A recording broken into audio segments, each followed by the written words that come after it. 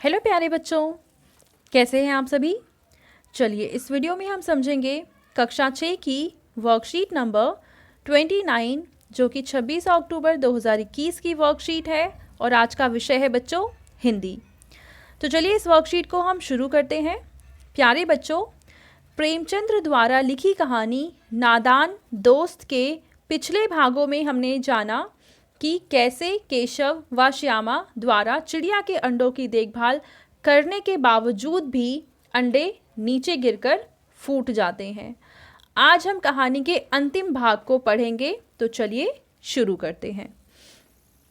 माँ ने केशव से पूछा, क्यों रे? केशव भीगी बिल्ली बनकर खड़ा रहा। माँ बोली, तू वहाँ पहुँचा कैसे? तो श्यामा बोली, चौकी पर स्टूल रखकर चढ़े अम्मा जी। तो केशव बोला, तू स्टूल थामे नहीं खड़ी थी?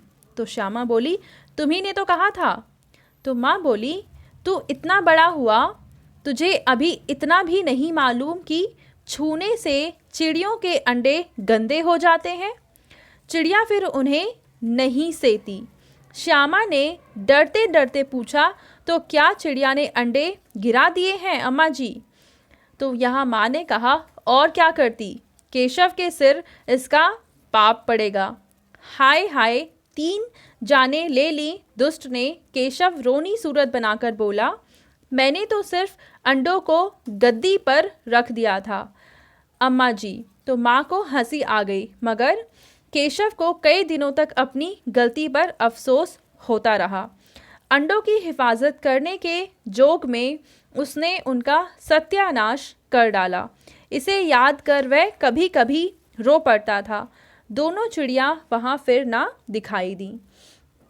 तो यहाँ देखो बेटा, इस कहानी में क्या हुआ है कि केशव और श्यामा भाई बहन ये कोशिश कर रहे थे कि जो चिड़िया के 3 अंडे हैं उनको वो सुरक्षित कर सके, उनकी हिफाजत कर सकें।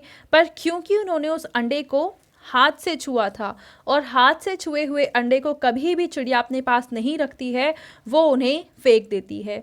और इस वजह से उन तीनों ही अंडों से बच्चे नहीं निकल पाए थे।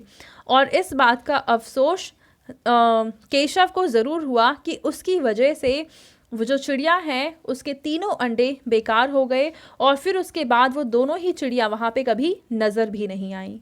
ठीक है बच्चों, अब चलो इसके बाद हम कुछ प्रश्नों के उत्तर लिखते हैं। पहला प्रश्न है, भीगी बिल्ली बनना मुहावरे का अर्थ क्या है? तो भीगी बिल्ली बनना, इस मुहावरे का अर्थ क्या है? डर जाना, मर जाना, घबरा जाना या पछताना। तो भीगी बिल्ली का मतलब होता है डर जाना।